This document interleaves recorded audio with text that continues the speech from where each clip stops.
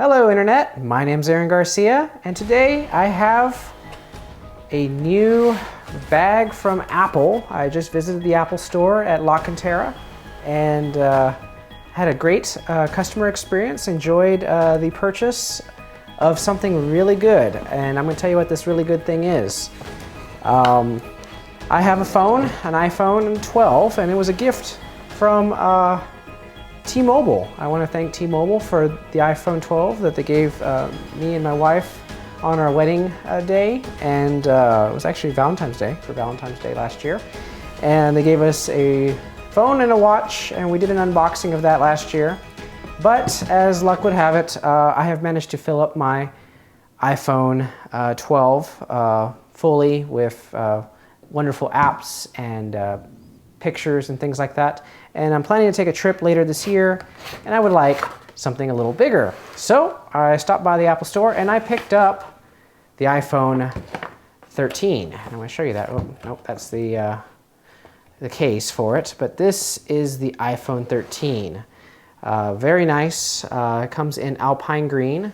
And the model that I chose is the iPhone Pro Max 512 gigabyte model. There is a terabyte model available. And when I did ask to purchase this iPhone, I was asked if I really needed 512 gigabytes. He says, what size do you have now? And I'm like, 64. And he's like, that's quite a big jump. Are you sure you need all that space? Well, they don't know I do YouTube, so yes, I do need all that space. And I'm going to a trip to see our nation's capital later this year. And I'm really excited to go visit for the first time ever. And I'm going to take a lot of photos and videos in 4K, of course, because that's how you do it. So yeah, I need all the space I can get. I thought about getting the terabyte, but that's a little pricey. So I did the 512. There's the 64, the 128, 256, and 512, and then finally the terabyte. But I think 512 should do it. And maybe he had a valid point. Maybe I could have gotten away with 128 or 256. It is a significant jump, but a jump I took nonetheless. So I have this iPhone 13, and I compared the specs. It's pretty much on par with my iPhone 12. They're basically the same, except this is an iPhone 12, and this is an iPhone Pro, 13 Pro. So you'll have 3 cameras instead of 2. And I also got the Max, which is bigger than my regular iPhone 12. So besides the fact that it's got a bigger memory card, and it's also got a bigger screen, and therefore this should get 28 hours of battery life as opposed to, I believe, 17 on this one. So that's almost, 17, we'll just say that's 15, and this is like 30. It's not quite right, but close enough. It's like double the battery capacity. So that's great. I'm really excited. So that's the iPhone, but we're going to open that here in a second. I also got a case because you got to have a case. So I got the same case that I have on my iPhone 12. It's clear and it's got the MagSafe on it. So really, really like that. I did not get Apple Care. I know our sales rep was very disappointed in my poor decision in purchasing a case, but not the Apple Care. He didn't understand my reasoning behind that. But my reasoning is if you don't drop the phone, you won't need to fix it. Now, if something goes wrong with the phone, well, then that's a whole other story. But I really shouldn't be buying Apple products if something's going wrong with them all the time, right? So, yeah, I think I made the right choice. It got me second guessing myself on the gigabytes and the Apple Care, but I think I'm gonna be fine. I didn't have Apple Care on this one. I was fine. I don't have Apple Care on any of my other phones. I actually have another phone laying around here that I use for work. I have an iPhone 8, which was before my iPhone 12, and there is no warranty on this. I've had it for a while and it's running just fine. So, and I've got an iPhone 6 laying around somewhere. I mean, you get the idea. It's gonna be okay. So let's open up this iPhone 13, iPhone 13 Pro Max. Something interesting about the iPhone 13 is that they are now pushing the eSIM. So before you had a SIM card that you put in your phone, and that was cool. You could pop it out, put it into the new phone, but now you can skip that whole step. They'll scan the back of the box, they'll see this these barcodes here, and they'll port over your phone number and your service and everything. Now, I did ask that I didn't want to open it up in store. Can you do this later? And he said, yeah, you can do it later. So he set it up where once I turn on this phone, my old phone will stop. The SIM card will no longer be activated, so it'll be deactivated. And I want to see how that works. So let's open up the box. I can respect the box this time because there's a little peel tab here. And I'm just going to peel it. It feels so nice. Apple products feel great. So I'm going to drop that there. And there's another peel tab here at the bottom. So I'm going to peel that. Let's peel that. Ooh, very nice. It comes in this nice black box with the picture of the iPhone 13 Pro Max. It comes in Alpine Green. It comes in multiple colors, but my favorite color is green. So now I've got green. We're going to pull this box up, and we're going to see if it does that customary Apple pop. It kind of does. I had to, guys. Actually, I think I smell something in it. Maybe. I don't know. Maybe it's playing tricks on me. Apple used to put vanilla scent in all their Apple product boxes to transfer the affirmation for vanilla scent over to their products. Some LG used to put chocolate scent in their LG chocolate phone. This is some time ago. It seemed like it was some kind of marketing trend, and even the Sony store was putting vanilla and orange scent in their store. So when you walked in, you really liked their products. I don't know if that's just out of style now or what, but I think I faintly smell something. So I'm gonna have to research that, see if that's still a thing. Maybe that's just glue. Okay, iPhone 13, it is beautiful. Oh my goodness. Okay, I'm gonna show camera B this, these lenses. They just pop out like, wow, like something. I mean, those look massive. I mean, I don't even know what to think of these lenses. Man, that's beautiful.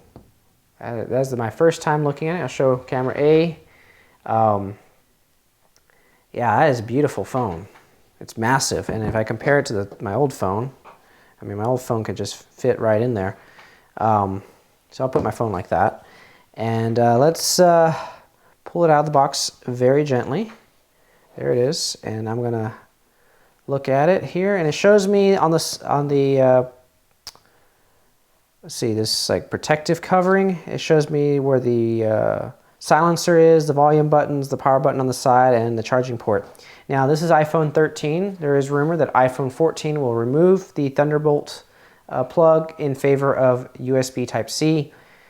I probably should have waited, but I'm going on my trip, you know, sometime in the fall, right before the release. So yeah, I need to get this one. So I didn't wait. We're gonna peel this off. Oh, that is very satisfying. Oh, that's nice. That is very, very nice. And the screen is gloriously clean, as you can see there. Very nice. Gloriously nice and green. Yeah, there I go saying nice again, but oh, look at that. I want to see if camera B can get that metal. That's, you know, see how it, yeah, that's something. Let's look at the old one. Let's see if the old one did that. The old one had like more of like a matte finish, as you can see there, and this one has more of like a glossy finish at the edge. So that's I like that.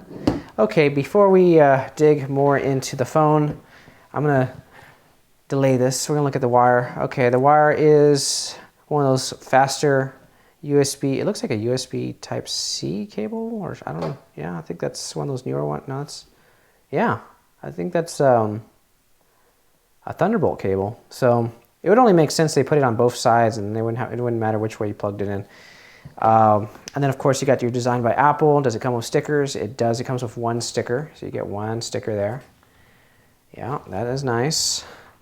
And I have the little tool, so I can pop out my old SIM card, and I got a manual that I will not read. Sorry, Apple, I'm not reading it. I know you wrote a lot of words on there, but I'm not reading it. So, is there anything else in this box? Nothing else. So you do not get a charging brick, but we all knew that from iPhone 12, and I'm not sure if anything before that got rid of the charging brick. And here's the phone. So, time to turn it on. Let's not delay any longer. So I'm going to see what happens when I turn on my phone for the first time. It powers on.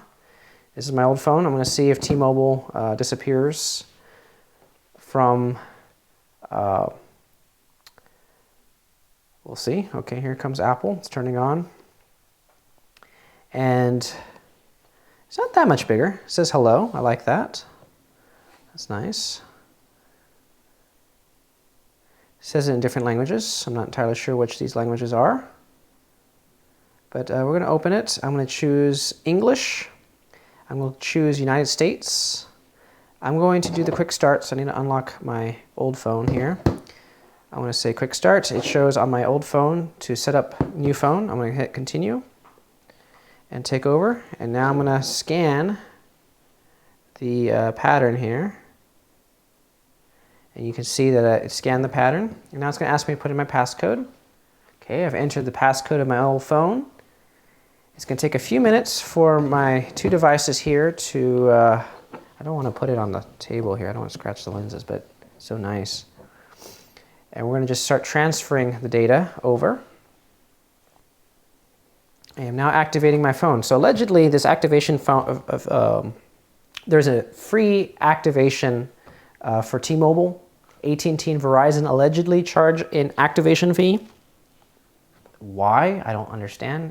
Verizon, T-Mobile, or AT&T get in the game. T-Mobile's got it here, and y'all should too, but I've got T-Mobile, so I'm good. I don't know about y'all. I'm gonna do my Face ID thing. So it says, get your face, how to set up your face. Okay, so I'm gonna get started. Just gonna look at my face. Position your face in the frame.